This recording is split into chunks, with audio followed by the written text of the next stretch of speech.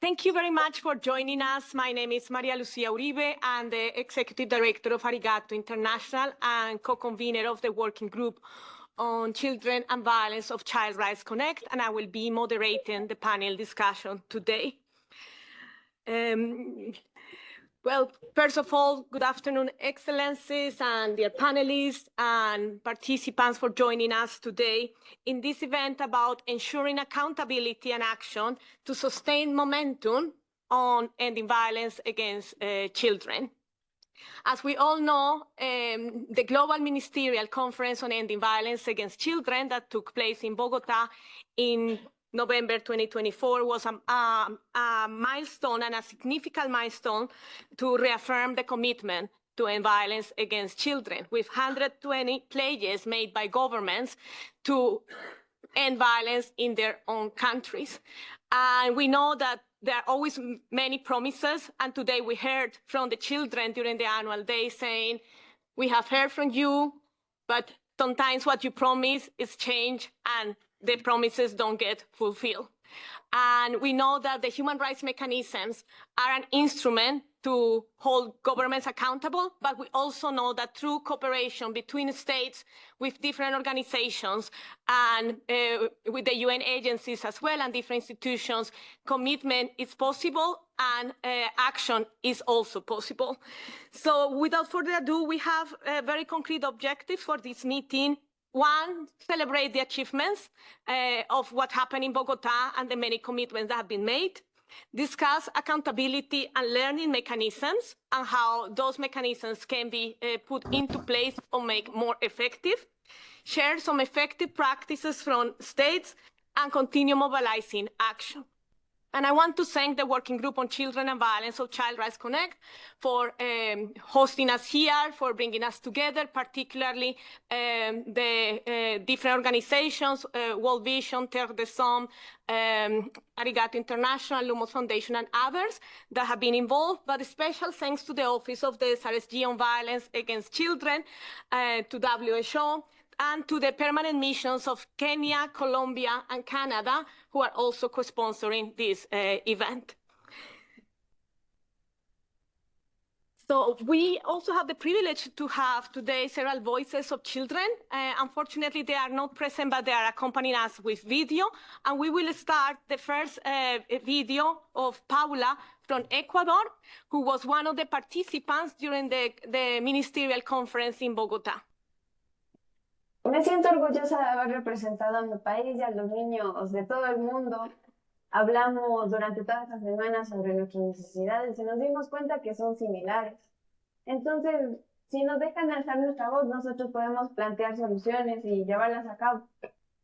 Estoy orgullosa de ese descubrimiento, de esa razón, de ese logro. El recordatorio que les quisiera dar es que todos los compromisos que ustedes dieron siempre vaya de la mano con los jóvenes que tienen cerca, en sus comunidades, en sus territorios sobre todo.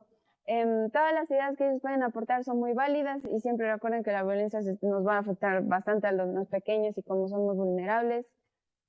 Pese a los cambios que hay en el mundo, quiero invitarles a que sigamos firmes en los compromisos asumidos en la conferencia interministerial para que las niñas, niños y adolescentes nos sintamos protegidos y vivamos en igualdad.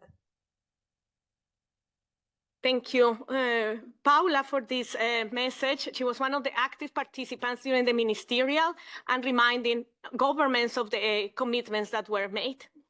I would like to invite now His Excellency, Mr. Álvaro Enrique Ayala Meléndez, Ambassador and Deputy Permanent Representative of the Republic of Colombia, that were our host in Bogotá.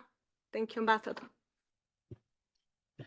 Thank you so much. I want to express my gratitude to Arigatou International and to Child Rights Connect Working Group on Children and Violence for organizing this side event and for inviting me to participate.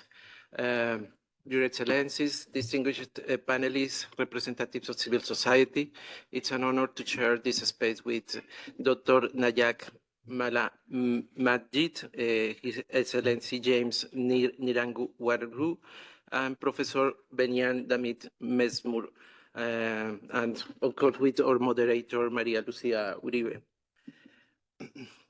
For generations, many Colombian children grew up under the shadow of a horrible popular saying, la letra con sangre entra.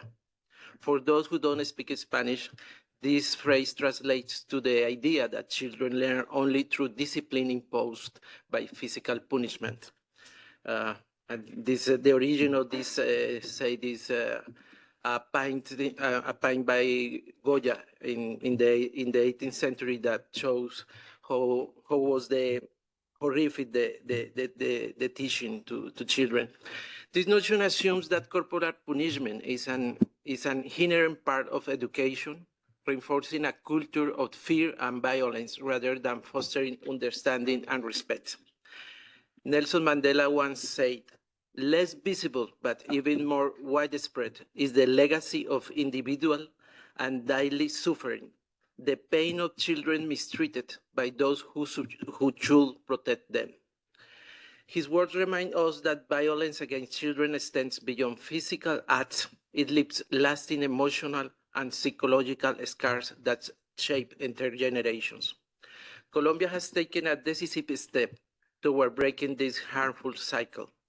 In 2021, Law 2089 was enacted, explicitly prohibit the use of corporal punishment, cruel humiliation, or degrading treatment, and any form of violence as a method of correction or against children or adolescents. This landmark legislation established the right of children to be raised with dignity and respect, free from violence. By enacting this law, Colombia became the 63rd country in the world and the 11th in Latin America and the Caribbean to fully ban corporal punishment in all settings.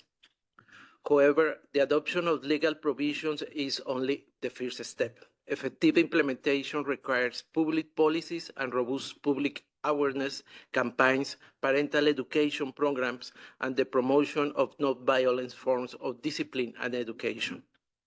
In this regard, the universalization and effective implementation of the Convention on the Rights of the Child, CRC, remain a fundamental priority. The CRC, in Articles 19, 28, 2, and 37, established that children must be protected from all forms of physical or mental violence, cruel and degrading punishment, or ill treatment.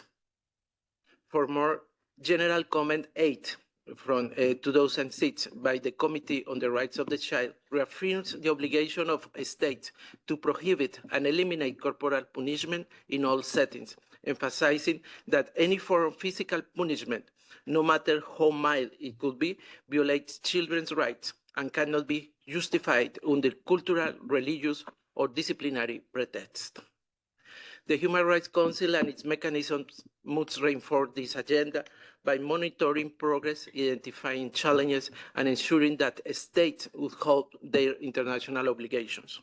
In this regard, the Universal Periodic Review, UPR, represents a critical opportunity. Through this mechanism, states can make and accept recommendations that explicitly call for the prohibition of corporal punishment and the implementation of protective measures for children. The commitments made at the first Global Ministerial Conference on the elimination of violence against children held in Bogotá provide a crucial opportunity to accelerate the effective implementation of international obligations and standards regarding the eradication of violence against children. The Bogotá Call for Action outlines concrete measures for states to strengthen their legal frameworks, invest in evidence-based policies, and enhance accountability mechanisms. To date, the Bogotá Call for Action has been signed by 58 countries committed to fulfill the rights of children and guarantee their protection in a safe and violence-free environment. We invite all the members of the UN to join and support this initiative. We have the opportunity to renew the political will and reinforce the momentum towards ending all forms of violence against children. Thank you. Thank you, Ambassador Ayala, for the commitment and for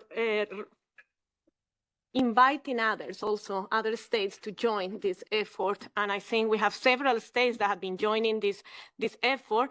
And I think we always need more champions. So I think the invitation that we need to be more and that we need to continue championing this effort has been an important call from your presentation. Now we have the voices of actually two children from Colombia, Julian and Sara, who are part of the Colombian institutional care system and who were part of the ministerial conference. They're gonna both talk about the experience during the ministerial, but also how children and young people can meaningfully and effectively follow up on support the follow-up of the commitments.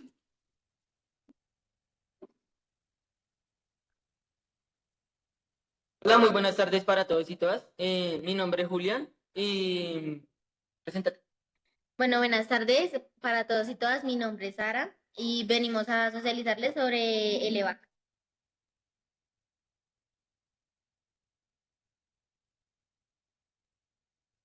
Primero que todo, estuvimos hablando sobre derechos de niños, niñas, adolescentes y jóvenes. Fue un evento muy grande, aproximadamente 192 ministros de 192 países. Fueron varios temas como tal, tanto ecológicos como de niños, niñas y adolescentes. Bueno, en mi personal siento un gran orgullo por haber estado representando a los niños de Colombia, por hacer que por lo menos 192 países nos hayan escuchado la voz de niños que no pueden escuchar por sus discapacidades o por motivos personales. Concuerdo con mi compañera. La verdad, yo me siento orgulloso por tener que hablar con 192 ministros y creo que es algo muy grande, de una gran magnitud.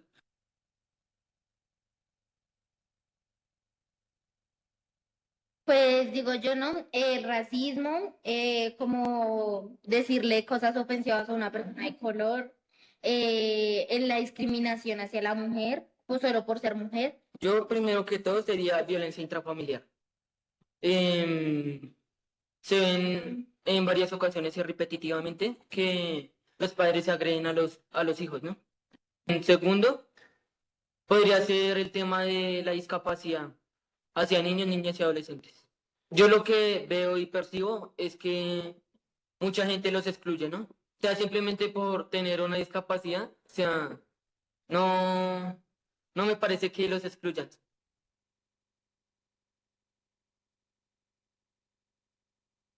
Pienso yo que hacer más talleres con intervención de niños, niñas y adolescentes que tengan que ver con que las voces de ellos se escuchen, para que así no solamente nosotros hablemos por ellos, sino que ellos hablen por nosotros. Bueno, primero, para que el gobierno de Colombia cumpla, sería como insistir y pues que hayan más talleres como estos, ¿no?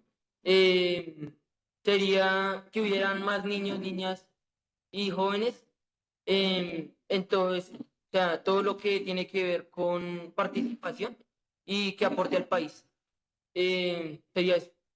Pues que es un gusto que personas como ellos nos escuchen y que nosotros también es un orgullo para nosotros ser representación de toda una.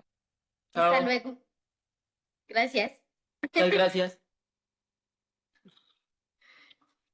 Thank you to Julian and Sara, and to remind us of the different issues that affect children, domestic violence, disability, racism, and the different types of violence that affect them, but also that children need to be heard, and they have been heard during the ministerial conference. They need to be seen, but also now in this process of implementation, they need to be part of the decision-making process as well.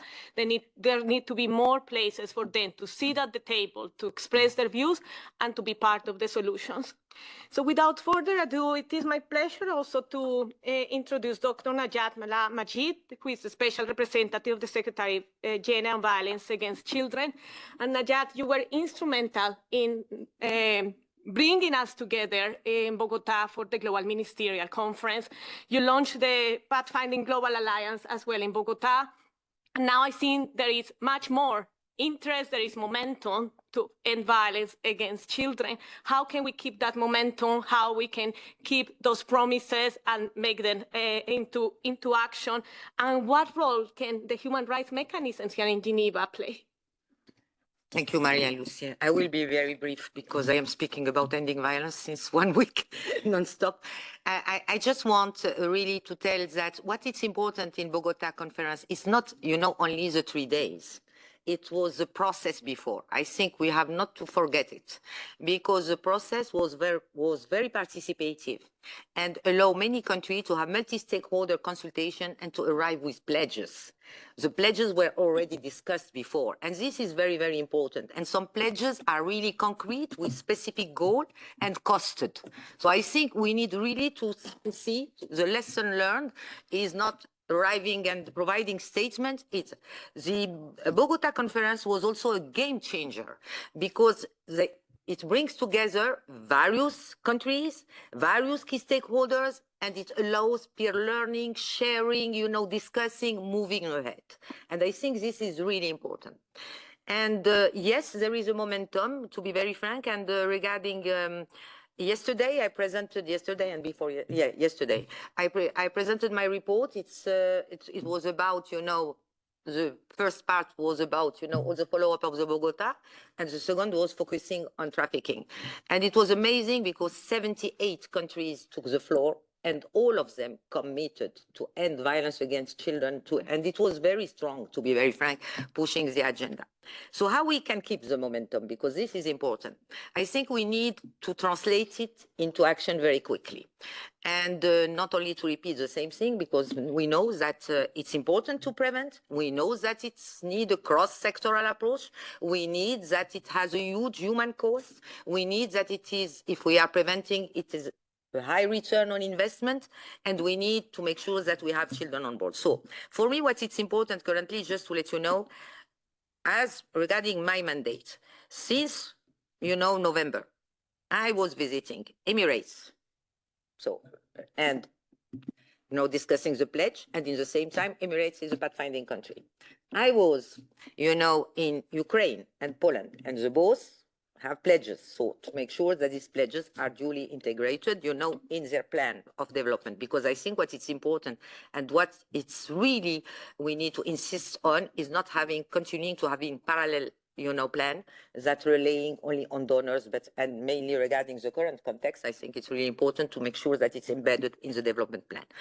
I was in Timor-Leste, and in Timor-Leste, they did wonderful pledge, and they decided to become pathfinding country. But what is important is not only discussion, it was working with all ministries, all the key stakeholders, all, community, Ministry of Finance, partner, ombudsman, because this is very important regarding the monitoring, because we are going to speak about money, parliamentarian, because this also is important.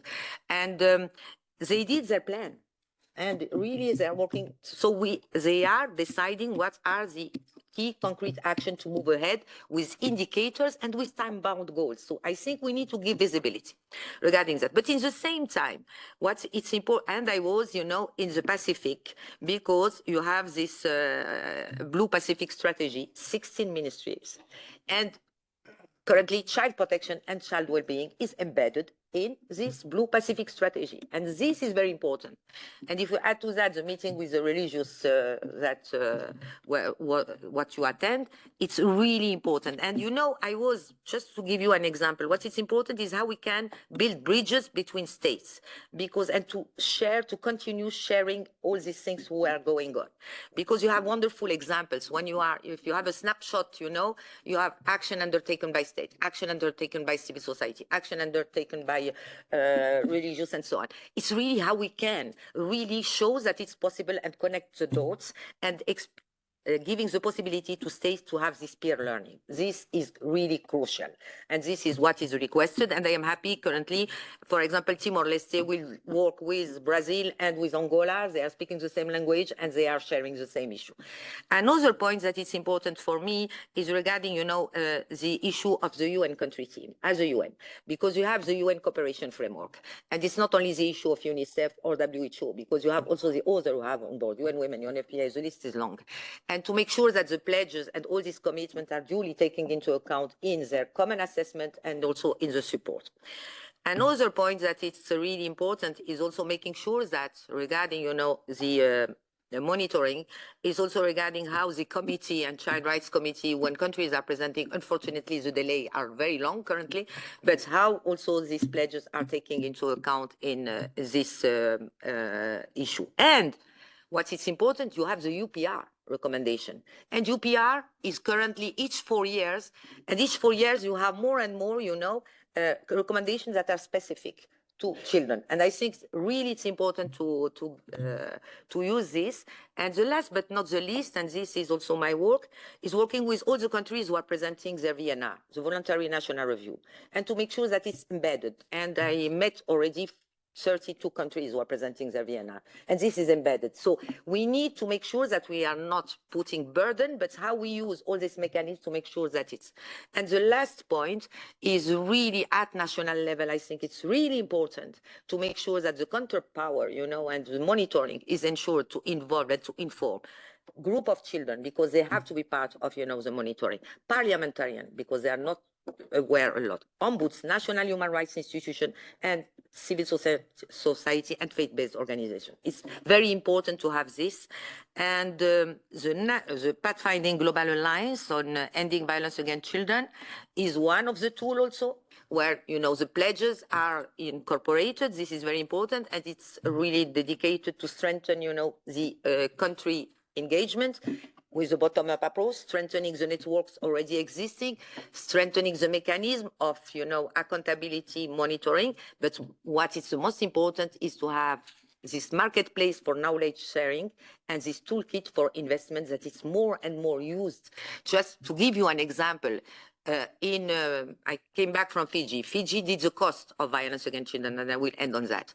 The cost of violence against children, direct and indirect, is 4% of their national GDP. The cost of investing, in cross-sectoral services, tackling the driver, involving all the sectors, it's only 0.12% of the national GDP. And if they implement only 10% of this, for each $1 invested, they have a return of almost $7. So I can tell you, when you have this wonderful evidence, it's really more easy to mobilize also, people, and it helps the Ministry of Social Affairs in many countries who have not the strong power really to make this seen as an investment. I will stop here. Thank you very much, Najat. Several points, and I think when we talk about accountability, you have mentioned UPR, and Ambassador Ayala, you also mentioned the UPR, and I think an invitation to governments use the UPR to recommendations to others to report on violence against children, but also the national level, the human rights and child rights mechanisms that exist, and you mentioned the ombudsperson mechanism, and also the sharing of good practices, and we have the Global Alliance, the Pathfinding Alliance, as a mechanism for that as well, for peer learning and for, in a way, collaboration as well. And I think one important aspect, Najat, you mentioned indicators and monitoring at the national level. And I think we are seeing now children also becoming more outspoken on how we follow up at the national level. So very good and important points, and the cost of investment and the case for investment. Thank you, Najat. We are going to move to Kenya, and before I give the word to the ambassador, we're going to hear Jaskiran from Kenya. She was not at the ministerial, but she's a kid that is very active with peers, her school and community in Kenya. My name is Jaskiran, and being a child representative from Kenya, I believe tackling violence and cyberbullying is an imperative aim that we must continue working towards. Improving digital safety education is the threshold of achieving a safer world, but we also need to take into consideration the actions taken when an actual harassment is reported. I would like to see immediate and trained response to violence and cyberbullying situations by the local healthcare practitioners and the police force, so that long response delays don't perpetuate violence or lead to further harm. In terms of training, teachers or counselors should be trained to provide a nurtured and amiable environment for the victims in order to better understand the victim situations and act accordingly. I believe regulations that concern tech companies should be in place and reinforced to limit and restrict the internet content available to specific age groups, as well as develop AI tools that detect and flag harmful content automatically so that children and young adults are protected from being vulnerable. It is everyone's obligation to realize our duty to be there for one another. We need to do this so that not only the children of this generation, but the future generations are able to go to school and college without being mentally destroyed by the monsters who hide behind the internet. We are here, including us children and young people, to support and reinforce the pillars of our future and not destroy it. Thank you. Jaskiran, the aspect of cyberbullying that is very important for children today, and I'm glad that we have Jaskiran speaking very articulated about this issue and calling for action, solidarity, but also I think reminding us of the intergenerational impact that violence has on children. So now I would like to invite His Excellency Mr. James Ndirangu Baberu, Ambassador and Deputy Permanent Representative of the Republic of Kenya. Thank you, Maria. I think you have the wrong person sitting in this room because I think just Kiran has just nailed it. But thank you to all the panelists and organizers at Arigatou International. It's difficult to speak sometimes after such elucidate comments that have been made, and because now I'll be repeating everything that has just been said. But just to say, I think one or two things is for us in Kenya, the issue of the well-being of the child and the best interests of the child principle is actually a legal principle that is constitutional. So everything that is done in the national policies, in legislations, in all these things, that is an imperative. I'll just say one. So our pledges were done during the conference, but since it just happened last year, so we're also now in the process of updating the national policies on violence against children, the national care reform strategy. These are being updated to cater for the pledges that were done at the meeting in Bogotá. And I think Madam Najat said it very well. The Bogotá Conference was not, the conference was the end of an interactive and very inclusive process, which should not be lost and should be maintained. So that we have real, countries make commitments every day. But I mean, yeah, but accountability is another story. For us, it's one or two things. So when you make these conferences and these commitments, we have also our president has the constitutional duty under Article 143 of our Constitution to make an annual report to the Parliament, and part of it is on the progress involved in the implementation of international obligations. That is done annually to Parliament. So in those things, most of these processes and what has been done to the outcomes is what is done. But just to say is, one of the key updates that we are trying to do is have an all government and all society, and the faith-based organizations are really helping this on just the issue of tutoring and parenting and teaching parents how to be new parents. I do agree with my colleague ambassador about the way we were brought up. Corporal punishment was normal. I think if you try to do it in Kenya today, you will find yourself as a guest of the state, but not necessarily in the state house, in the prisons, because corporal punishment has been prohibited. So parents have to be taught how to be new parents. That's one of the things that we have to do. So the programs that are there is also creating safe schools environments. Mental health issues are being mainstreamed in all spheres. It is now more common to talk about mental health, again, something that society has had to change over the years. Digital safety education, as Jaskiran said, is also something that is being looked at very keenly because we have one of the fastest internet speeds in the world. If you doubt me, let's check. We have also one of the highest penetration of internet fiber optics in Africa, and I would want to say in the world.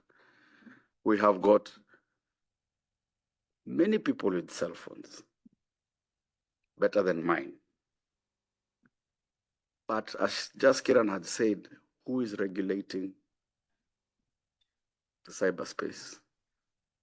The tech companies don't care.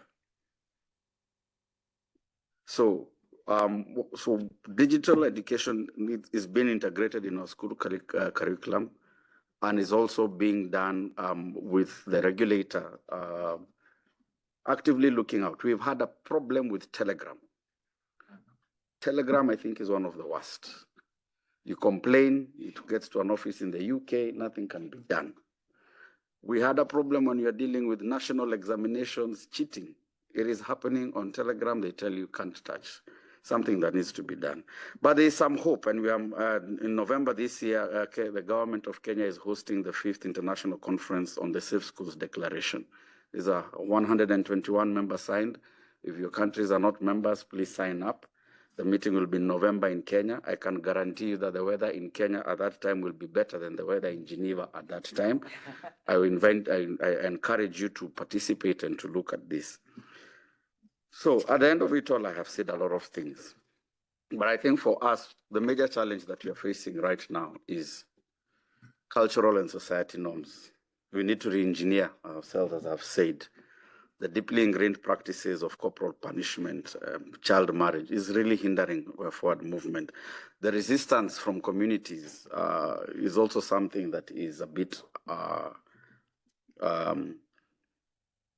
unnerving. Then we have the usual resource constraints. I'll not say that. We have the usual technical assistance building.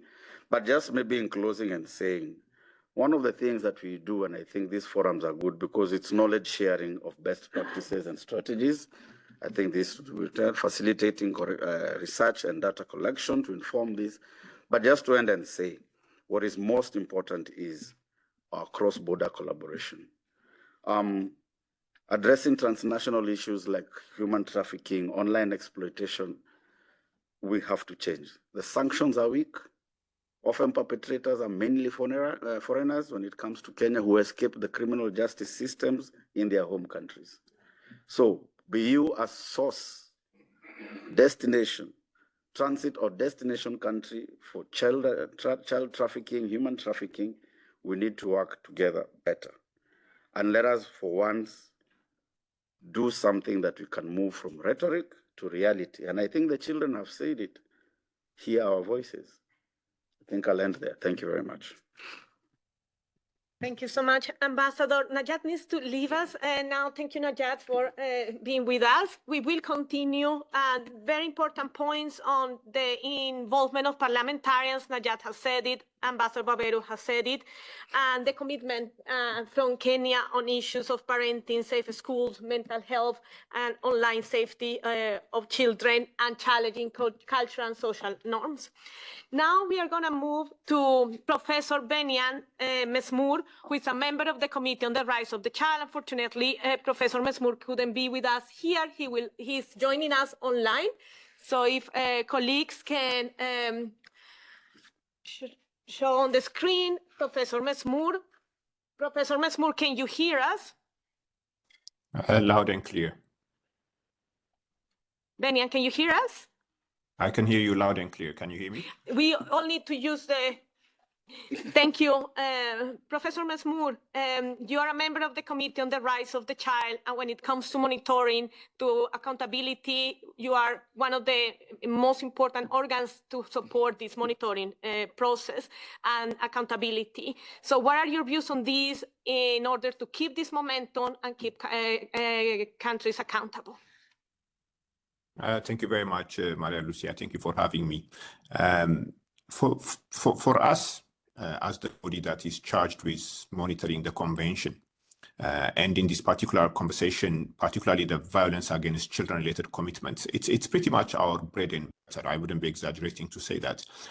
If you look at the guidelines for third-party reporting, they are very solid on violence against children. If you look at some of the recent amendments that we have done to the structure on concluding observations. For instance, a separate section on children with disabilities, a more solid section on climate change, a section at front about access to justice, and so forth. This also tries to emphasize our points about violence against children. Now, one of the, to a certain extent, in moving forward, looking at some of the pledges that have been made and so forth, legal and policy frameworks are obviously very important. But we will try, and we've been doing this for quite some time, trying to look at issues around safe environments more closely, the governance and coordination structures that help to address violence against children. The continuum of services remains to be a critical one. Data collection and monitoring, even though we note that there has been a bit of improvement, particularly because of the SDGs, there is significant room for improvement. The costs of violence against children and the returns on investment, one of the points that Najat emphasized, is very critical to look at from the state party reporting process. Now, even when we have conversations about, for example, one of the areas for pledges was withdrawal of reservations, we try to engage in a more nuanced manner. For example, not all reservations are created equal. A country that is predominantly Muslim country that says we want to enter a reservation in relation to adoption in Article 21 cannot be treated the same way as another country that says we would implement the provisions of the convention as long as it is in compliance with domestic law or religious law and so forth. So withdrawal of reservations in a more nuanced manner, appreciating the fact that they are not all created equal.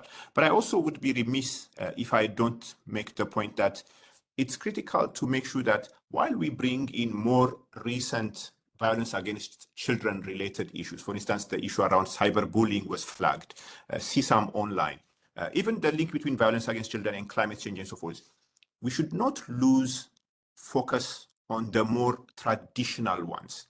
Here I'm talking about corporal punishment, harmful practices. In fact, if anybody is interested in traumatic numbers, last year's issuance by UNICEF, the first estimates at the regional and so forth level of sexual violence related data, the one that says more than 370 million girls and women are alive today, that's basically 1 in 8 experience rape or sexual assault before the age of 8. So the traditional ones still need to be focused on while new and emerging issues are coming up. With the last 1 minute that I have, let me mention a few issues about the pledges. Now, we've not discussed this pledges as a collective within the CRC committee. We look forward to doing that. Again, we have a very great partner in your organization, Child Rights Connect, but also, of course, without a doubt, Najat and her office.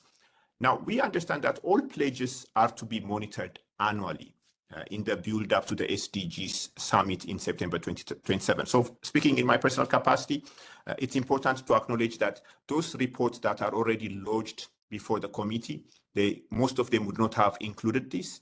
So it means that we need to look at very closely from state parties' responses to the list of issues, the statements by heads of delegations, which obviously will give us a good entry point for a conversation. And there is already a precedent to this. The global study on violence against children that we have solidly followed up on, the study on deprivation of liberty, which we're still doing some work around, even the conversations around the SDGs. There is a SDGs working group within the Committee on the Rights of the Child that looks at these issues, and I do anticipate that these commitments in relation to ending violence against children could also fall within those working groups. A final point and a bit of a food for thought. What does the current funding space mean? What does the current tumultuous world that we live in for some of these pledges in relation to violence against children? We know how COVID disrupted the progress that we were making. We know how some of the conflicts around the world that we have experienced and continue to experience have disrupted our focus on the agenda. So a session of this nature, which helps to keep the momentum, is obviously a very important, a small but very important contribution to cope up with the currently changing environment. Over to you. Thank you so much, Benian. Very important points on data collection, invitation to governments that have reservations, declarations, statements made to the Convention on the Rights of the Child for withdrawal, looking at the different types of violence and the role that the committee can play, particularly integrating also within the working groups. But the last point on the challenges we're facing now with the funding issues that we are seeing for the development and humanitarian sectors, and what it means for these pledges and for ending violence against children. So thank you so much, Benia. Now I'm going to move to Mrs. Sabine Rakoto Malala, Senior Technical Officer at the World Health Organization. I'm very much, Sabine, behind all what happened in Bogotá and all the great work you did, Sabine, for the ministerial.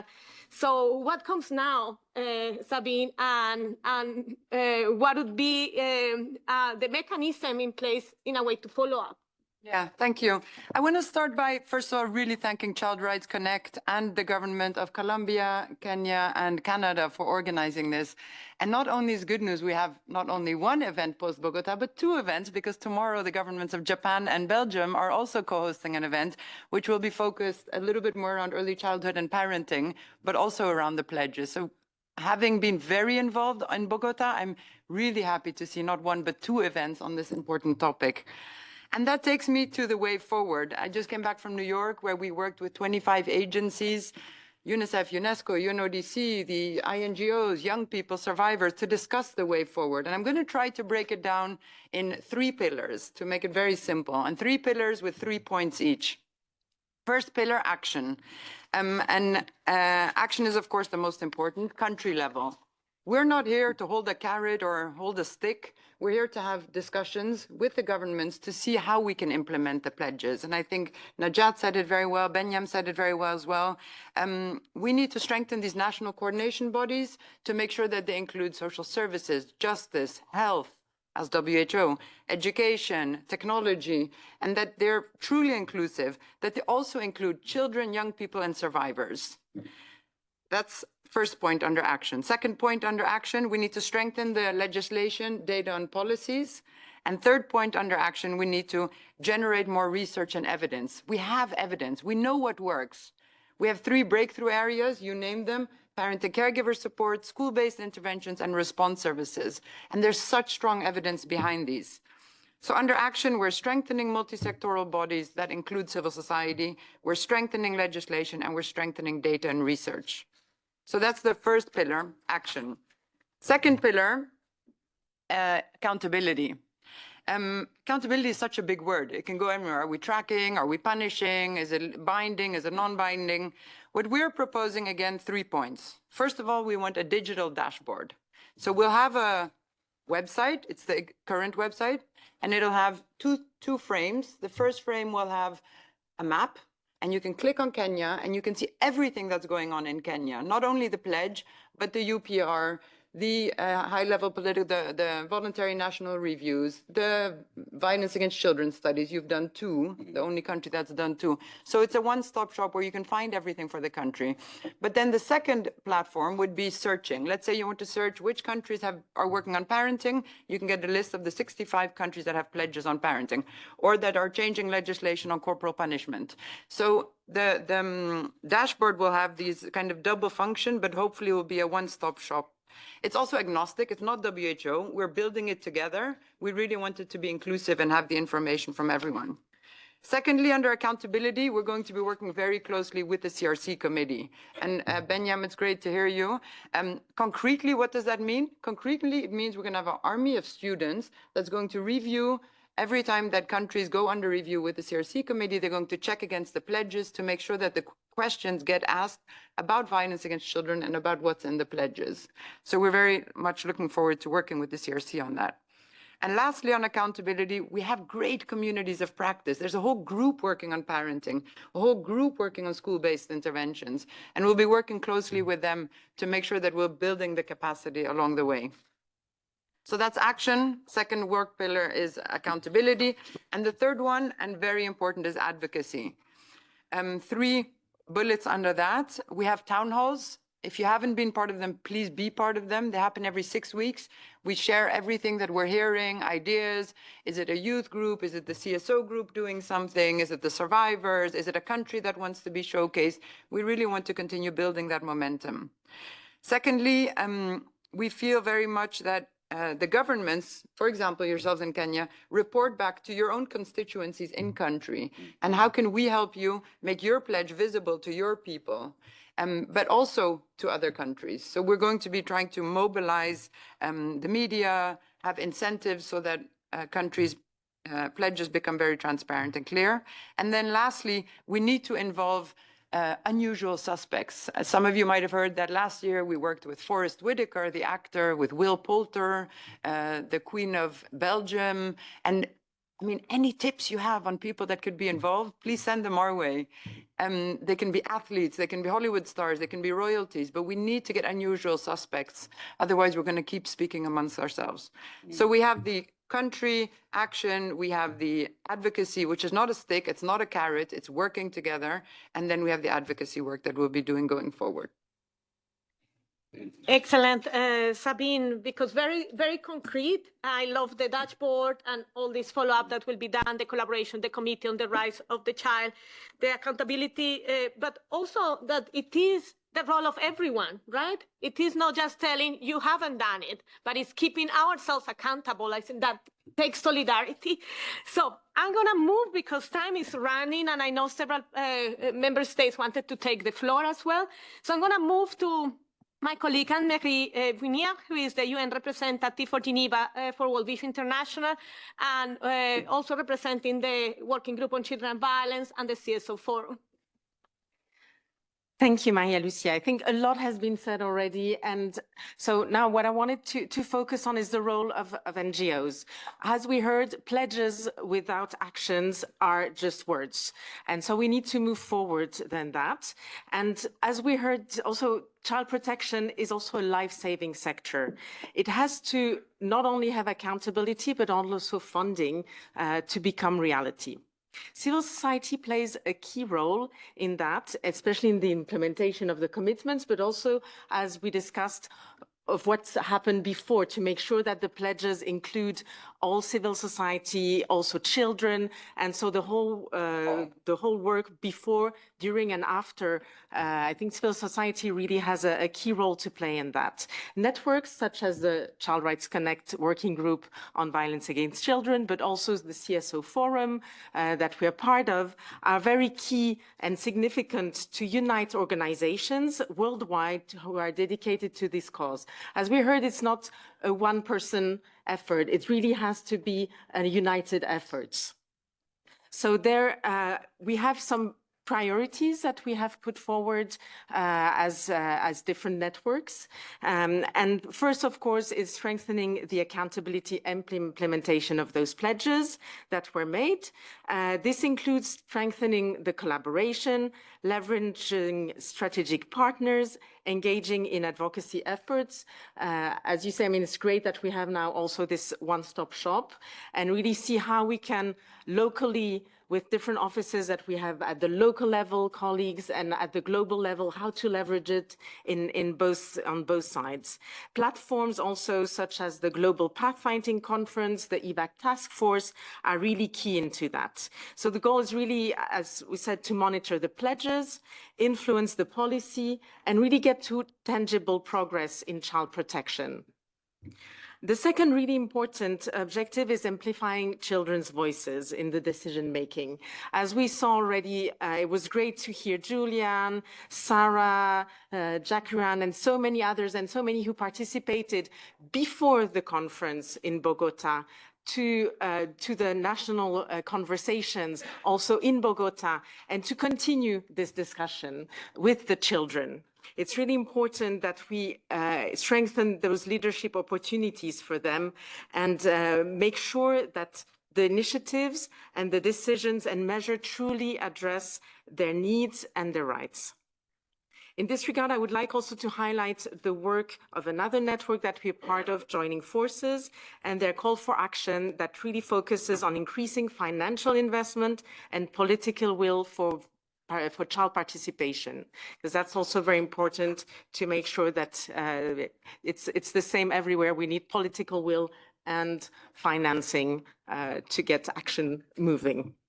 So, so one thing also that we talked about was the importance to have important research-driven advocacy. And I think CS also are really important into that, to have a policy brief, common messages between us. One of the things, of course, is also this publication that we have put together that really look at effective measures for ending violence against children from different countries with concrete cases. And as we heard also from Najat, the importance of peer learning and building bridges between states, between CSOs and the experience that we have on what works on the ground. So first, I would just like to highlight an important concrete mechanism that was launched at the conference. That is the framework for action on child protection system strengthening. It has been endorsed so far by 12 governments, and it aims to drive sustained, in-depth positive change in the protective environment around children. So UNICEF, Save the Children, and World Vision are working together on the next step for advancing this framework, but it would be really important to have more states endorsing it. So this is a call here for further endorsement. So really to just sum up, the pledges on the Global Ministerial Conference present a really critical opportunity. We heard this is an important momentum, and we really have to go forward because we know that violence is preventable, and we really need our actions to speak louder than our words now to bring this future into life. Thank you so much, Anne-Marie. There is a lot that civil society can do. You highlighted research, collaboration, and this framework for action that I think is critical as well. We have two children, 2 minutes voices, two children from Nepal, Chetan and Sahadeep, who were also in Bogotá, and they will have some words for closing. So Sahadeep and Chetan. Namaskar. I believe children and young people can play a vital role in helping the states to fulfill their commitments through 3 key actions: planning and sharing. Governments should organize meetings where children and young people can share their ideas, feedback, and help plan action to meet international commitments. Our voices matter in shaping the future. Advocacy and campaigns. Through initiatives like Blue Umbrella Day and signature campaigns for protecting boys against sexual violence, we can raise awareness and demand actions on critical issues. Together, we can amplify this call for change. Collaboration. By partnering with NGOs, child-led groups, and international organizations, children and young people can contribute to research and policy recommendation, ensuring decisions are grounded in evidence and real experience. I urge to leaders recognize the power of younger generation, involve us, inspire us. Together we can make a society where every child is respected and enjoys their right equally, free of any violence. Together we can make a difference. Thank you.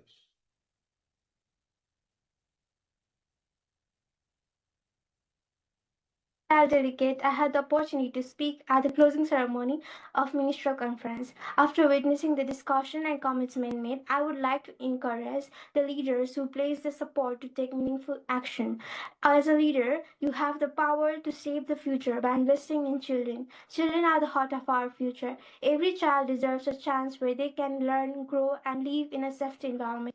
However, too many children still faces hunger, disease, violence, and neglect. Your voices and action can inspire a change. I hope that every decision you make helps more number of children thrive, learn, and grow into responsible, capable adults. We count on your supports and commitments to making a huge difference. Additionally, I would like to stress the importance of this being a global effort. It's crucial that we also encourage other governments to abide by their commitments and work together to create a better future for all children.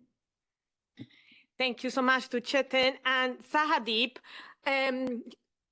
I know the government of Canada and Mexico, if you'd like to make a very brief remark, we have 1 minute, so please, the floor is yours, Canada. Perfect. Thanks, Maria. I'll only take 30 seconds. So thanks so much to the organizers and the co-sponsors of this very important side event. At the Ministerial on Ending Violence Against Children in Bogotá, Canada made a couple of pledges. There is one to work across sectors to prevent and respond to all forms of violence against children and all their diversity in Canada and globally. And we also made some CEFM-focused multi-stakeholder pledges with the UK and the Zambia to support child and early forced marriage engagement with grassroots organizations and movements. Sabine, the digital platform that you mentioned is really interesting, and I'll certainly flag that to Ottawa and to relevant colleagues, and we're all ears about how we can improve the implementation of our pledges. So thank you so much. Thank you so much. Canada, Mexico? Okay, another 30 seconds. We also want to thank the panelists and the experts for this event. And just to share some tangible results in the same topics that you talk about it. In Mexico, we have positive parenting and violence-free schools. And we have seen a reduced violent discipline from 63% to 55% between 2015 and 2022, which has been very important for our country. And finally, we had one question, which of course we don't have time, but maybe if I can share it with the panelists and the organizers, and you can give us your inputs later. And the importance of that is that it was presented by our national system for the comprehensive protection of children, and it links directly the pledges, the commitments with accountability and what you were saying during this event, how to make it happen and how to accelerate all these actions. So thank you very much. Thank you so much. We have to finish. Thank you very much, everyone, for joining us. If you want to continue the conversation tomorrow at 1 in room 24, we have investment in preventing violence against children by the Permanent Mission of Japan and Belgium. Let's come together to continue the conversation. Thank you.